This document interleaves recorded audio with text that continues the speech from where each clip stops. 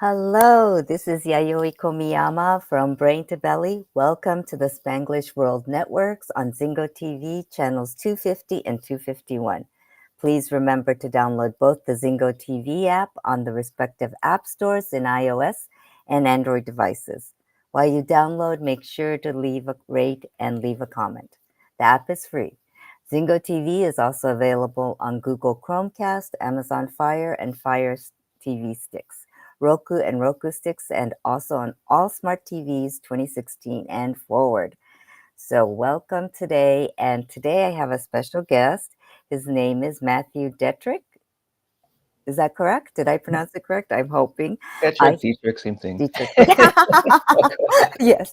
And he is a fellow neuroencoding specialist. And we've become closer in the last, probably last year, six months. Yeah. Mm-hmm. And I had the privilege of meeting him actually in April in Atlanta when we had a conference. And he's been part of my group, close inner circle group of neuroencoders, and I wanted him to come here today to share his journey and how thought really changes so much about how you act and the strong influence it has on your body.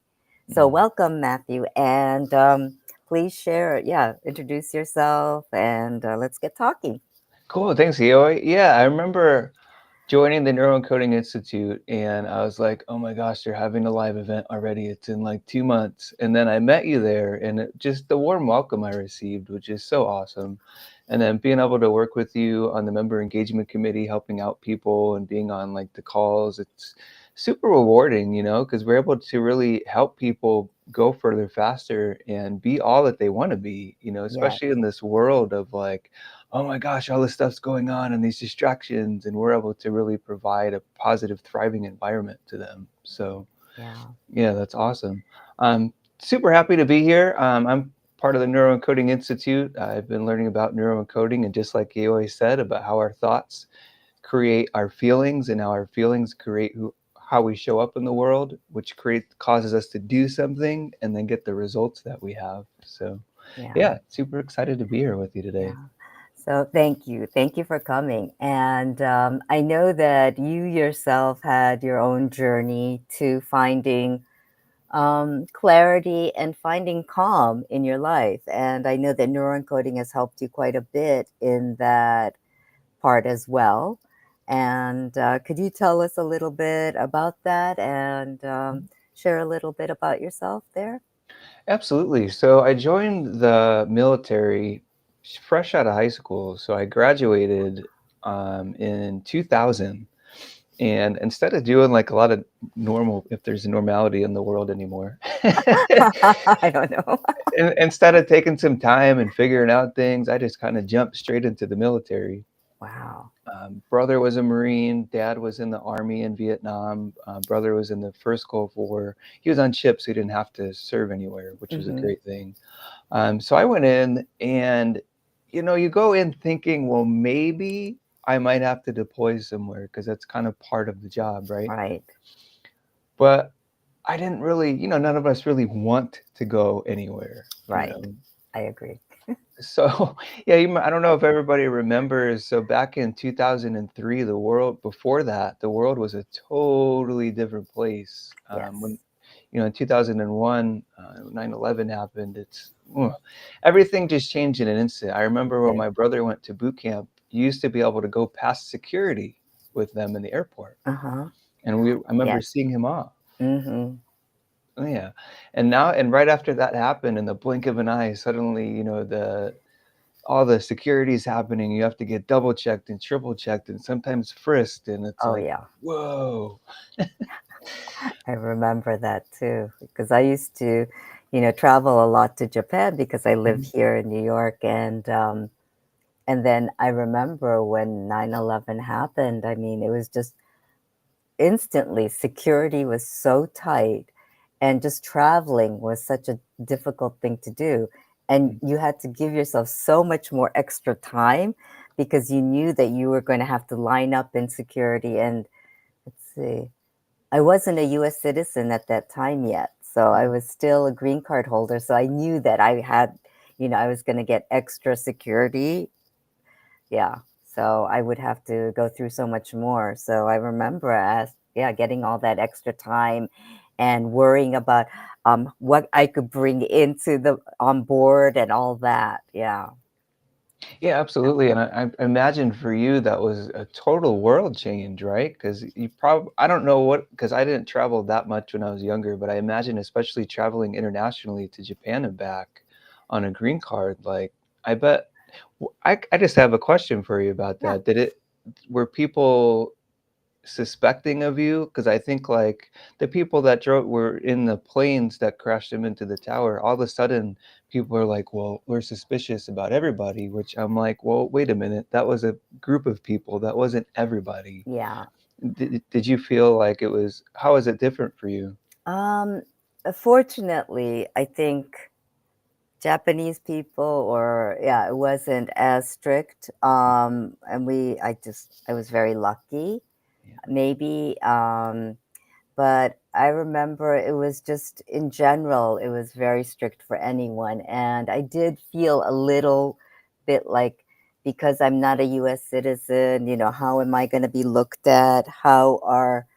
Um, how is like security going to look at me? Are they going to doubt me? Things like Mhm. that. So I did have thoughts like that running through my head for sure. Like Mhm. until then, I never even thought about that. That was like, Right.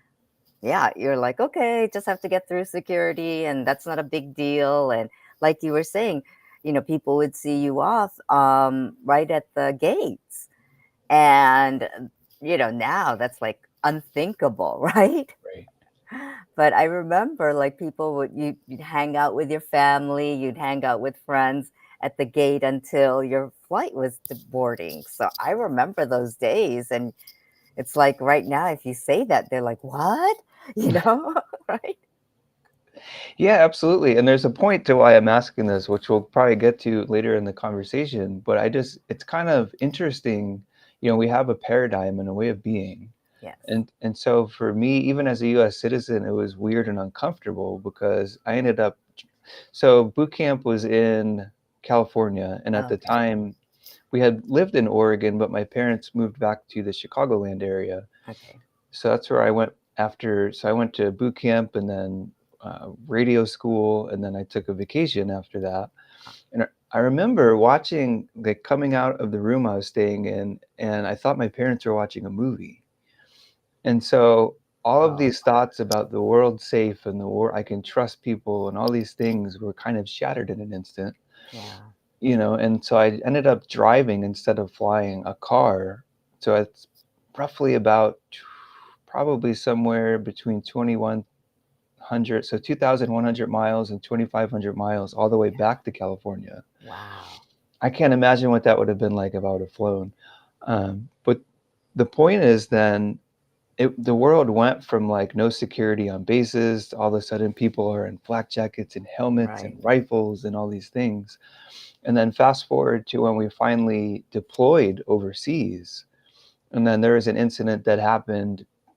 And it wasn't, they always tell you if you go through things, how one person sees it is not the same how another person sees it, and never compare, Mm-hmm. quote unquote, one trauma to another. Right. But for me, when I was, let's see, that would have been 2003. So I would have been 21.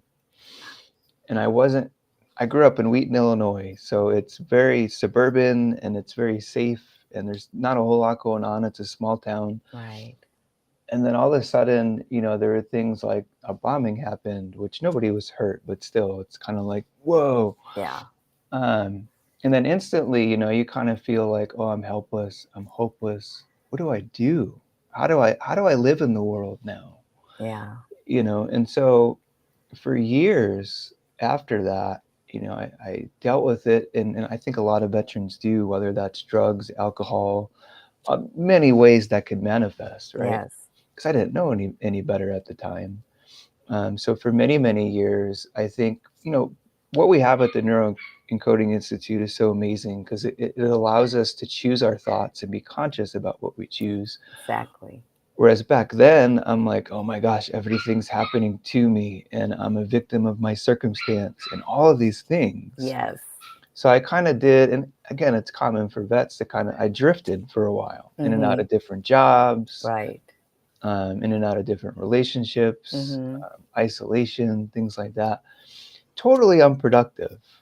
But I think there was a reason I went through all of that, so I could. I wish nobody had to go through that kind of stuff. I agree. I agree.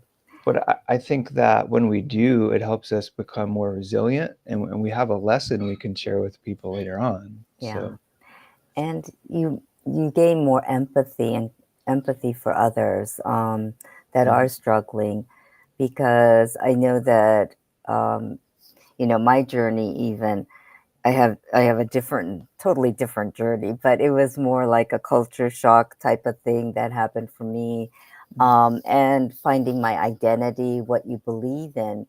And like you said, with techniques that we've learned through neuroencoding, we've learned that our thoughts can be controlled, that we can change our thoughts. So whatever, I always say you can rewire your brain. And I really believe that. And I think the evidence was in neuroencoding, in that when we learned all the techniques that we can use in neuroencoding, we were able to slowly change, well, not slowly, actually pretty quickly, change the way we think about things. So for instance, since my specialty is on changing relationship with food, it would be like, but it usually stems from a lack of confidence in yourself and a lack of love for yourself. And even just changing the way you see yourself, and to be more compassionate with yourself, or have more empathy for yourself instead of beating yourself up. Like, I remember when my thing was, whenever I got frustrated or upset, I would just turn to food, and food would be my immediate solace, right? That was my friend. And but I think that I was able to change that to say, well, what is it that I'm really after? It's comfort, right? And food isn't really going to give me the comfort I want. And just that realization and that acknowledgement changes so much in your brain. And you're like, well, what can I do instead of that? And when you're in that situation, you don't think that way. But when you gain that little bit of awareness, or like someone says, oh, that's a new way of thinking, you're like, wait a minute, maybe that'll work for me, because you're so desperate. And I know, like, when I was depressed, I suffered from depression for a long time, and that came from also the weight and all this and that. But when you're depressed, you're like, there's no way out of this deep dark hole, right? And like I said one time, you see the light up there, but you're like, it's so far up. How am I going to get to it, right? Yeah. And then neuroencoding kind of gives you that, it opens up that light, and it even gives you that ladder to climb up, so that you can get to the light and you could get out of that hole.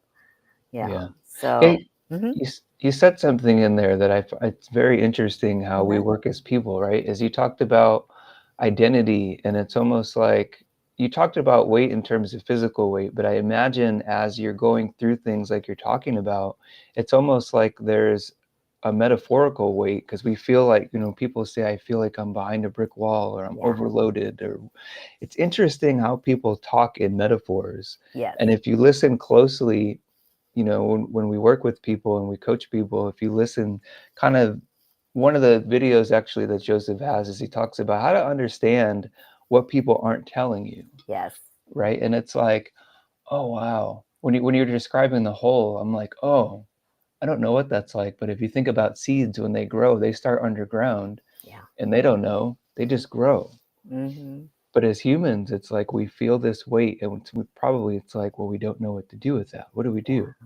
And that's where I think what you're talking about, for me, that's where it manifested in things like the drinking and the drugs, because it's like, I feel this release, Yeah. and I don't feel the weight temporarily, but of course, everything's still there the next day, right? Yeah. It's- Yeah. yeah. Sadly, it's there. And, but once Gosh, so what really helped you? I'm just curious now. What really helped you to get out of that and change? What triggered the change for you? Well, I think If you the don't mind first my asking. absolutely, I think that's a great question, and I wish that was a conversation more people were willing to have and to kind of look at those things. I think we could be helpers to each other along the way. I think if I look at, so it took a while because I was around people that didn't understand this kind of stuff, and so I remember years and years and years ago, I forget what year it was exactly, but somehow I found a Tony Robbins tape set of his Personal Power, like the original Yes. cassette tapes. Yes. Yeah. I remember those. hmm I think it was on eBay, if I remember correctly. So I remember putting it on, and my whole family thought I was nuts, but I'm like, you know what? I'm going to try this out and I'm going to see what it's like. I felt a little nuts probably doing it because I'm like, this is weird. I'm flying around my room like I'm like Superman. But the whole like it taught me how to change my state. So if Yeah, I'm feeling depressed, I do that a certain way, right? I'm yeah. like, my shoulders are slumped. I'm probably looking down a lot. Probably internally, I'm like, there's probably a loop of like, well, I don't know what to do. What do I do? And so when you use a thing like Tony was teaching us in a state change and you change how Mhm. your body feels, it's like, Yes. okay, well, how do I do happiness or joy or confidence even? Yeah, My shoulders are back. I'm sitting yeah. up straight. I'm probably looking up and I'm thinking, I can already feel it. Mhm. It's like a switch that happens. And Yeah. it's like, if you think of your whole body as electricity, right? Because when our Yep. neurons fire in our brain, Mhm. it's an electrical Yes. connection.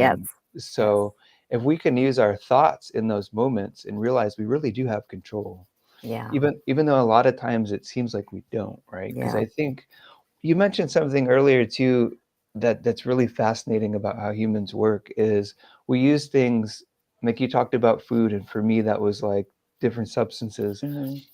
We think that's giving us comfort and we think that's keeping us safe. Like Yeah.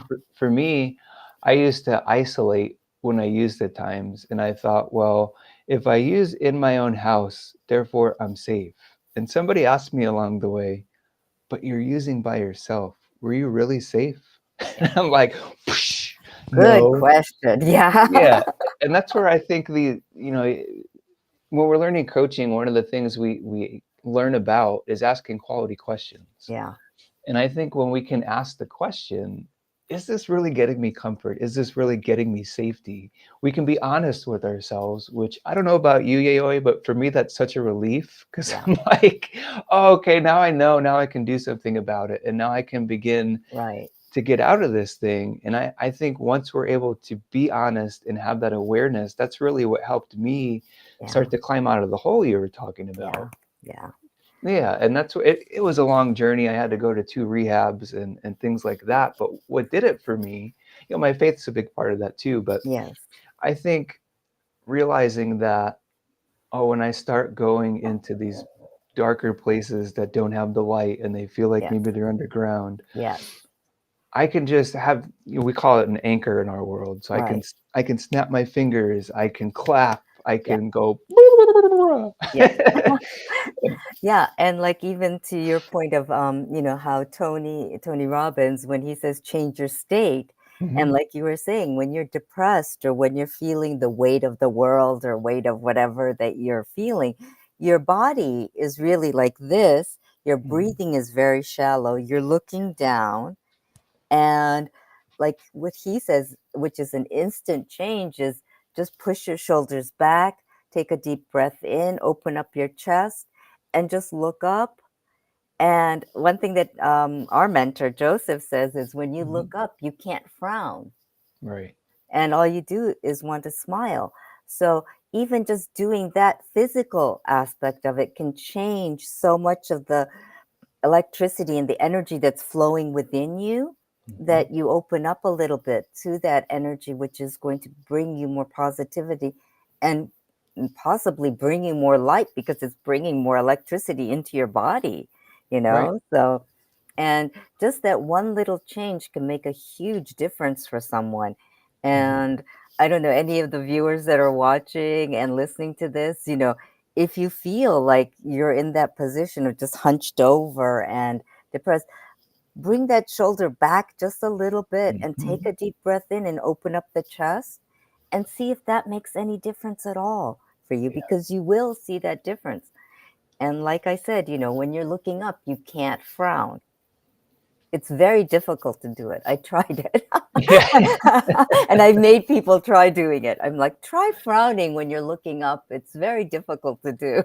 It totally is, because it's like, even when I'm doing that along with you, and you're talking about bring your shoulders back and it opens up your chest, my Yeah. breathing instantly changes, Yeah. Yeah. you know? And it's like a simple move that, I think Tony Robbins is ingenious when he said that changing your state comes from changing your physiology first, right? Mhm. Changing your body first. And that's like a simple technique that anyone could use to really just start off changing that. And then your thoughts are going to start changing. Yeah, and I Yeah. think it what you just said too, I think so many times, especially in the high achieving world, even in not in the high achieving world, just in Hmm. everyday life, Yeah. sometimes we think, well, I have to make this huge step and this huge evolution. You don't. You got to start somewhere, and I think what we're talking about, if you can just have a small win today, where if you can make yourself laugh and giggle, Yes. and you're like, and you're laughing. I've laughed at myself so many times trying to frown when I'm smiling, because I'm like, this is ridiculous. Why am I trying to fight it? Just allow myself to be joyful and giggle and be happy. Yeah. And Yeah. it's interesting. Yeah, because wow, when you're happy or when you're giggling, when you're smiling, when you're laughing, even if like it's something like you're watching some comedy show, or you're reading something that makes you laugh, that's humorous, Hmm. that joy that comes up from laughter is such a pure energy. It's a pure and beautiful energy that we can all have, and we can actually go to when we're in a sad state or in a depressed state. Hmm. If you could just take that one tiny step to get to that laughter can be contagious. Absolutely. And I think it starts with a simple question too, right? I think Hmm. that when we're in those moments, we just have to ask ourselves, we have to dare to ask ourselves this question. Yeah, I think a lot of times we're hiding from it, but it's just, what do I want? yeah, And I think as humans, and myself included, I'm working on it and I've gotten a lot better at it. But we're very quick to say, well, here's everything I don't want. I don't want this thing and I don't want that. And it's like, well, and you realize and you notice how my speech patterns get even faster, because inside it's like, well, I don't know. And then I get back to this overwhelmed state. To stop that, it's helpful to slow it down and say, well, really, what do I want? yeah, And if you say, well, I want to be able to connect with people. Well, that could mean so many different things. If you break that down to the simple, like, what does that mean? Do you just want right, to make eye contact, and is that enough to make that connection? When I smile at somebody, would I like for them to smile back? right. And if they don't, is that okay? And can I be content with just knowing that I contributed a smile to Yeah, them? yeah. 'Cause I think that's still connection. You're It still is. taking an action. Yeah. And like you said, it's those small Mhm. things that change and make a big difference for you, because smaller things as humans, it's easier for us to do, right? Mhm. When you say take a small step and you're like, I could do one thing, I could smile, or you're like, oh, okay, maybe I can watch something that's going to make me laugh, or I know I'm going to mention your puppies, but I know you have two little puppies right now, adorable. And for me, I mean, my dog is something that, when I see her, I smile because she just brings so much joy to me. And I'm Mhm. sure that's the same with you, with your little puppies. And it's like, or like watching your child, take a step, or even just watching your child just being, Mhm. herself or himself, can make you feel so much joy. And I think things like that, are little steps that we can be conscious of to take to create that joy in our life. Or like, I'm a firm believer in doing a gratitude journal. Mm. And every day, before I go to sleep, believe me, I've fallen asleep with my journal, and like my pen marks are like, I'm like, what did I write here? But it doesn't matter. At least Mhm. I'm doing it. And to me, that's, the doing is important. And Yeah. even if it's just one thing or two things that I wrote that I was grateful for that day, it makes a huge difference in how I feel and how I go to sleep. I mean, going to sleep thinking of the joy that I had throughout the day, or the little joys or the little wins that I had throughout the day, is such a better way of going to sleep than thinking of all the things I have to do the next day. I remember those Mm. days when I would lie awake and I'm like, okay, I got to do this, I got to do that. How am I going to do this? How am I going to do that? And I haven't done that in so long, but I remember when I was in high school, that's all I did. And like even college, I was like, I couldn't get to sleep because I was thinking of so many things that I had to do. Mhm. And I think, when you do a gratitude journal, or even if it's just writing one thing that brought you joy that day, and going to sleep just thinking about that can bring you into a better type of sleep. You wake up more refreshed and Mhm. in a better mood for sure. That's for sure. Oh, absolutely, and I know they've done studies on this too, where when you're in a grateful, if you think of everything, let me back up a step. So when you think about the body and everything, really, it has a certain frequency. Yes. And even when like you tune your radio, you tune it to 88.9 or 101.1. So gratitude is probably more along the lines of the 105 point something. And if you're on maybe 90.3 and you're like, oh, well, before I go to bed, I want to, and this is super important what you said. It's a way to reset our entire nervous system.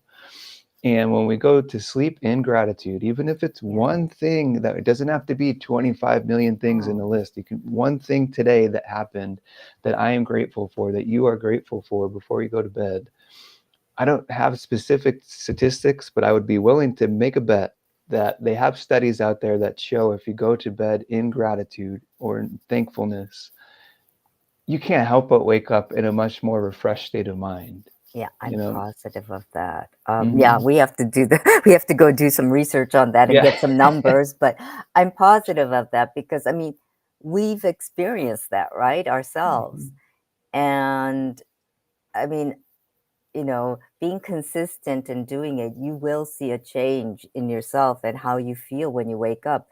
I don't know when the last time, gosh, since I started doing a gratitude journal, I don't think I've ever had a day when I got up and said, I don't want to get up. Mm. When I woke up and, said, I don't want to get out of bed because, yeah, I mean, I was just thinking about that. Have I? And I can't remember the last time.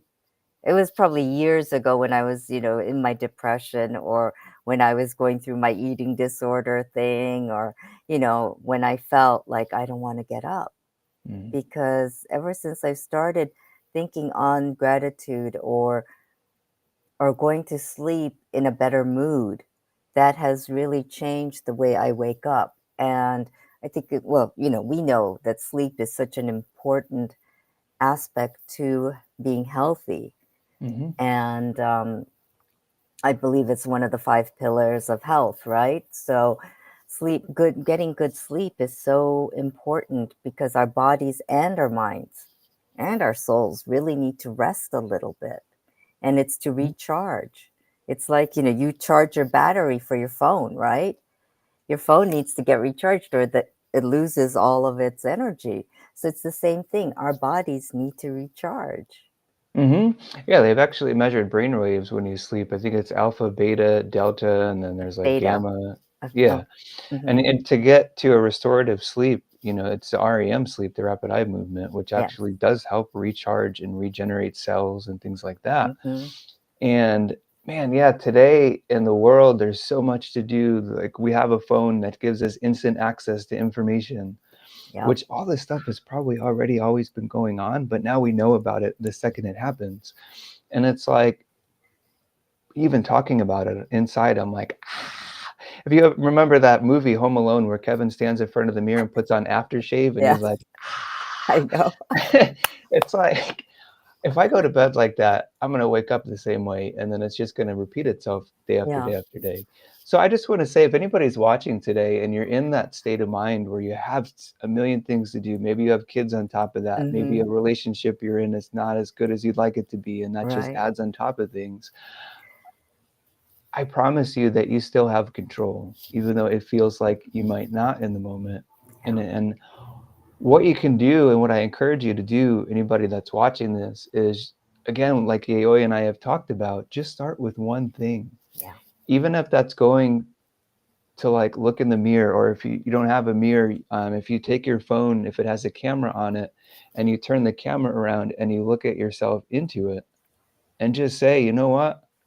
I love you today, and you're enough because you got through today, and you're telling yourself that.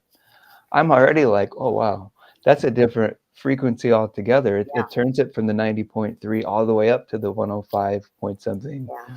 It's just so important because what we're talking about is presence. Mhm. And I think that's what we lose when we have all these things. Because if I look at my calendar, I'm like, I have 3, 4, 5 things going on that are major events and Yeah. these things, and I'm like, I think one of the things when you asked me earlier what helped me get out of that hole and what you Mhm. can do today too, those of you that are watching, is learn to compartmentalize things to some extent. And I admit that's not always easy when we have multiple priorities, but if you Right. can visually, like if you close your eyes and you visually look at your day as compartments, if you've ever seen a drawer organizing system and it has rows and columns of drawers, Mhm. and you think about, oh, I'm getting up in this drawer, and I know that the way I start my day impacts the entire day. It impacts how I feel. It impacts how I breathe. It even probably impacts the food that I eat and the Mhm. things that I drink and consume. So I'm going to choose today to get up in the gratitude drawer. Wow. And then after we get up, we have to do things like brush our teeth, maybe take a shower, maybe eat breakfast. If you have kids, get the kids ready. Do you see how you can start to like, so you can slow that down, Yeah. and you can even keep that gratitude drawer open while you go into the next thing. And what it helps us to do is, because I found 20 years ago, I was a very selfish person, and I'm still working on aspects of that today. And I think we all do as long as we're here. Yes. Um, but I think if we can, my dad used to do this. So he dealt with alcoholism after the Vietnam War and stuff. Mhm. But what he would do is he would go, and I'll tie it back to the drawer system in a second. Okay. And so he would go on Thanksgiving and Christmas because people would come into these different clubs when they wanted, they may have gone out and got drunk or whatever Mhm. they did, and they come back, and he would be waiting there for them. And let me tell you, these are tough people to deal with. So my dad would sit there and be present with them, and he wouldn't shame them. He wouldn't make them feel guilty. It's just, well, do you want to get sober? I'm here for you. And aren't you lucky that somebody's here for you right now? Because I imagine, I know in my state when I was like that, I think people wanted to be there for me, but they didn't know how. Right. And I think again, it comes back to presence. So going back to the drawer system, if you can start your day with the gratitude drawer, and then you think, well, okay, now I have to go into the kitchen, let's say, and start making coffee.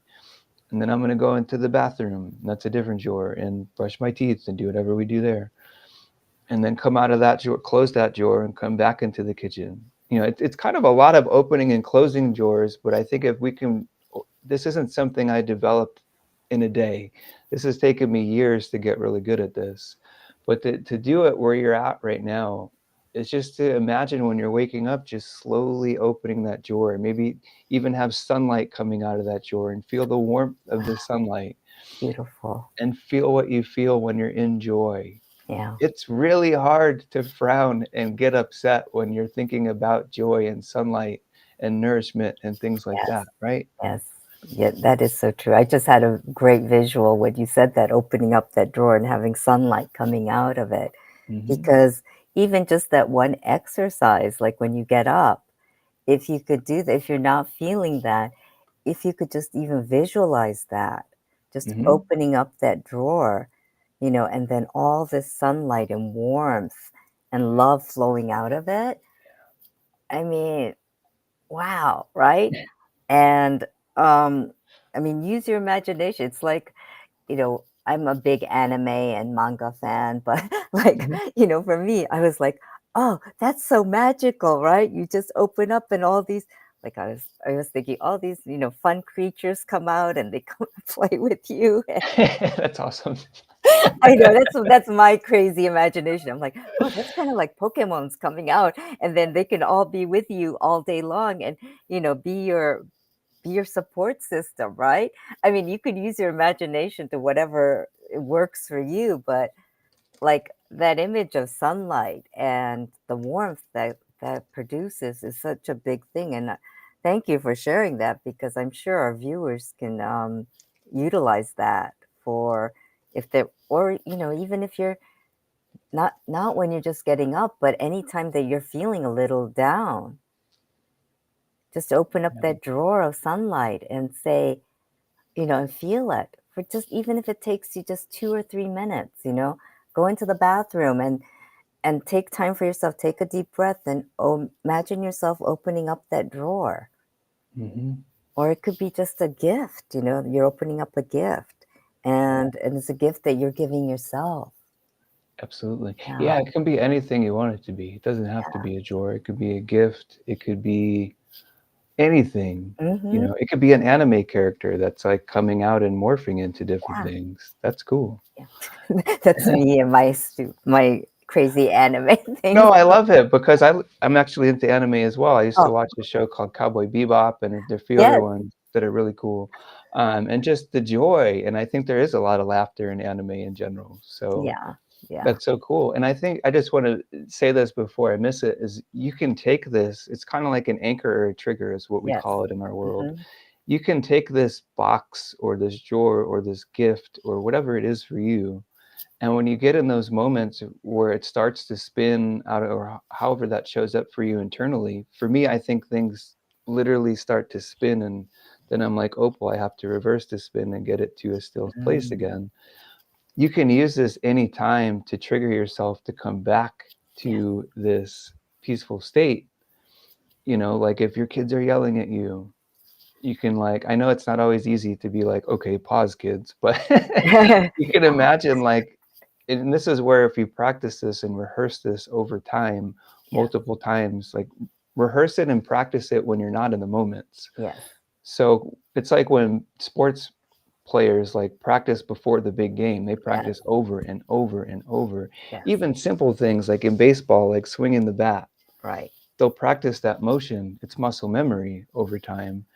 And so Exactly. like when you're in that moment where like if your kids are yelling at you or your puppies are barking at you, because yes, our puppies are amazing. They're about, let's see, they're born in August, so September, October, November. They're about 3 months old, Oh, but sometimes they bark at 5 something in the morning. I know. So, Believe me, I know. and I think that it's real easy to be like, oh, I want my sleep.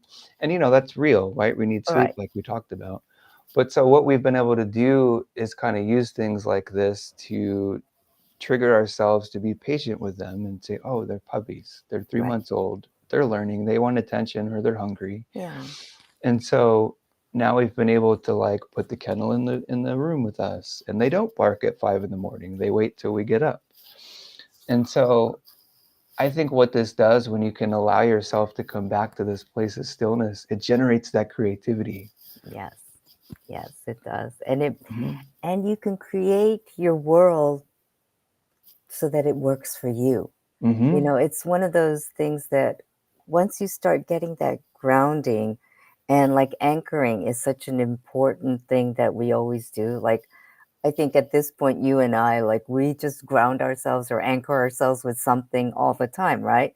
Like, Mhm. I know when I'm like, I really want something to feel important to me, I do this. And Mm. it's not like out for, in your face this, but what I'll do is I'll create that fist and tap my hip so that no one sees it, right? But it's for me to say anchor. It's like anchoring it back into me, the peace Mhm. back into me, the calm. And I think I do it unconsciously, that I don't even realize I do it until somebody points it out.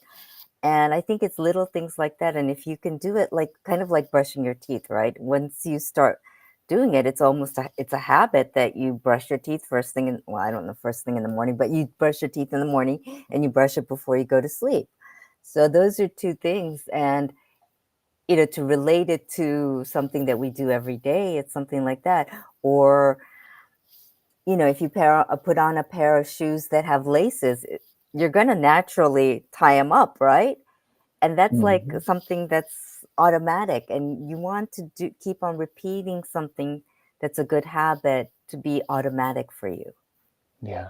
Yeah. Yeah, absolutely. Because I think especially, if you think about Tony Robbins or Joseph McClendon III, like sometimes people are like, well, I want to be like them, but I'm not them. It's like we don't have to be. That Oh. that that's where like you can get into similar states because like we talk about having we call it a rebounder in our world, but the trampoline, a mini trampoline Mm-hmm. basically. And we were just going through a program recently where just simply getting on it and putting on a song and you can do an identity statement or Yeah. whatever you want, you can Mm-hmm. create around it. But I found like just jumping on it and putting my hands in the air and just I listen to Celebration by Kool and the Gang and I'm like, Yeah. celebrate good times, come on. And I could be like in the most terrible mood in the world, but in an instant that changes that whole Yeah. thing. Yeah. Yeah, and it's like boom. Yep. Now I'm celebrating. I don't know what I'm celebrating, but I'm celebrating. You're celebrating life. You're celebrating the fact that you're awake, Yeah. Yeah, and if you don't have a rebounder or trampoline, you could just do this by You can jump. jumping up and down, or even if you can't even do that, just put on the music and just move your body any way Hmm. that you can, because that alone is going to bring that energy to you. Yeah. And because I know some people are like, well, I don't have a rebounder. What am I going to do? How am I going to do Hmm. this? Right? There are ways, be resourceful, as Tony Yeah. Robbins says, find another way for you to do it, because nothing has to be perfect. It doesn't have to be exactly Mhm. that. It has to be what's going to work for you. Yeah. Yeah. Yeah, that simple thing you could do. I know somebody that actually shadow boxes because he doesn't have a trampoline and it works Yeah. for him. And Yeah. I think that, even if you kind of just bounce up and down in place like that, Yep. like it still does the same thing. Yep. And And just, even like marching in place like yeah. this. Yeah. Hmm. Yeah. Could And so do like that.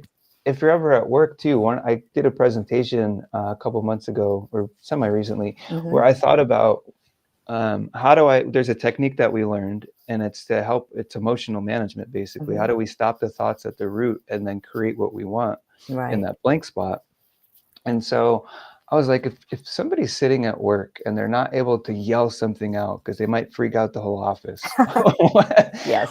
what can they do? And like, it's super simple. So if you're ever sitting there and you need to be silent, you can think of the radio dial thing. So if you're like I work with spreadsheets sometimes and data and marketing type things, and sometimes it's like it's important, but it makes your eyes glaze over when you Yeah. look at it for too long. Yep. So if you just change where you're looking and you look in the like up and to whatever place you want to look at, just look straight up, and you imagine you're turning the radio dial to that can be joy, that can be happiness, that can be calm, that can be peace, whatever you want it to be, but just change the radio dial to like for me it'll be joy right now, and then like Mm-hmm. I think of a crazy emoji face that's like "Ah!" And like if I needed to be silent instead of making that noise, I would just be like shaking my face out real quick and just Right. looking, and then I could say to myself, I'm thankful for being joyful right now. And then just went from, oh, it could have been overwhelmed with all these numbers and data to, oh, I'm back to a place of stillness, which helps me be creative, which let's Yeah. get back into it. Yeah. And So, it's so true. I mean, thank you for sharing that. And I think our viewers can, really utilize that. It's such a simple technique that we can use just to shift it out of where you are, mhm, and changing that, just looking elsewhere. Like I remember as a kid, no, my parents would say, don't always be looking here, look elsewhere sometimes, or, just for your eyes to rest. They say, look mhm, outside for a bit, or do something else. And I think that is really changing your focus. That's what it is all about. It's changing your focus so that sometimes when you're focused on one thing for so long, it is overwhelming. So shift it, even if you just go like this, shift, and then think of something else, or look at a different place. Yeah, Yep. right? That alone, I mean, people are like, what is she doing or whatever. But if it's just, if it's going to be helpful in an office, I would say like you did, close your eyes and just look up for a bit and just look elsewhere. Change that where your, what do you call, your perspective by just looking elsewhere. And even if it's just looking at the floor, maybe, or saying, oh, did I wear these shoes today? Or, or looking at something in the corner and saying, oh, I never noticed that plant in the corner. I don't know. Or looking out, if you have a window, look out the window, maybe. But Yeah. just changing that little bit can make a big difference in how you perceive things. Yeah. Absolutely. So I think to kind of sum up some things, big Yes. picture things into bringing it back down to earth, I think we've talked about anchoring and triggering and focusing. And I think this, again, the simple question, what do I want? Yes. And I think another thought that came to mind as we were talking about all this, Yayoi, was, am I enough? And everything that, of course, we want more, and we want to do, to be more, to do more, to have more. I think when it comes to having more, it's important to ask yourself, why? What's the point? Yeah. What does this thing do for me? What does it give me? Yeah. For me, what I've been able to do, like I have a sweatshirt that's on the way, and the front of it, it says, you are enough. And on the back, it says, dear person behind me, the world is a better place with you in it. Oh, that's sweet. I love that. Because I thought, well, I don't always have an opportunity to talk to people. What can I do to still encourage and inspire people that you're enough right now? And I think we as humans have a tendency, well, if I don't get these 17 things on my list done, I'm not enough today. Well, you probably did the 3 things, and they probably got you some results, right? Yeah. So you are enough. You brought yourself to this day, and even if it's not 100%, you brought, maybe like some people deal with autoimmune issues. Some people, maybe we didn't eat well or we didn't drink enough, whatever it is. We can be enough right now, knowing we brought ourselves to whatever we did today. Yes. And we can take that could be the one thing you're grateful for before you go to bed tonight. Yeah. I am enough because I showed up today. That is more than enough for a lot of people. Yeah. And, remember that you showing up may have made a big difference for one person or multiple people. So remember that, because I think we tend to forget, when we isolate, we tend to forget the impact that we have on others, because, you have that term, no man is an island, and it's true. We all exist for each other and with each other. So our energy, like even if it was just an interaction you had in the elevator, let's say, with someone, and you smiled and said good morning, that could have been the best thing that happened to that person that morning. Yeah. And it could have brought joy to that person. That person may have had a horrible morning. They got up late. I don't know. I don't know why I thought this, but maybe they had a terrible drive into the office, somebody cut them off and things like that. And a lot of this, stress, right? And then just by you saying good morning to them could have brought them the calm that they needed and the smile that they needed. Yeah. So you never know. You never know what impact you have on another person. Yeah. Absolutely. Yeah. So, wow. I think we covered so much today. So Matthew, sorry. Let's see. I know, are you working on anything in particular right now with neuroencoding, or is there anything that you'd like to promote so that people know what you're doing or how to get in touch with you and things like that? Yeah, absolutely. And thank you for the opportunity. I think there's a way I could share my screen real quick and I could show you. We have a quick thing. We wanted to give you guys a gift. Oh, I don't know. Actually, I don't know if you could share the screen, let's see. but Can you if you see? no, but you Okay. can mention it. And now you can. Special gift for you. Okay. Okay, yeah, we have, if you go to neuroencoding.com/gift-edge-MD, we have a program that Joseph created. It's called the Neuroencoding Edge. And if you're interested in learning more about neuroencoding and how it can help you, we have a friends and family deal that's happening right now because we know that the world needs us to learn this kind of technology to Right. change our world so then we can change the world. So that'll come straight to me. That doesn't go to anybody else. And even if you wanted to have a conversation about where you're at and where you want to go, feel free to just opt in there, and I will definitely make sure that we get you taken care of. Just because we wanted to give you a gift, make sure you walked away with something you could use, something that's valuable to you. So you'll see our mentor, Joseph McLennan III. The Neuroencoding Edge is just basically an introduction to what neuroencoding is. There's no catch. There's nothing we're going to try and get from you. We're totally here to support you. We have an amazing team of people that we provide world-class support for you. We just want to make sure, if you're going through something, you can use even the simple technologies that Joseph will show you to use in your life today. Yeah. And That's it's just, really like a lot of what we talked about, that you'll get more detailed instructions on how to use that, use those techniques. And I mean, I've used that ever since I've learned it. That's been like part of my life. Now it's part of my lifestyle. So, okay. Anyway, so thank you very much, Matthew, for coming today. And I really enjoyed you being here.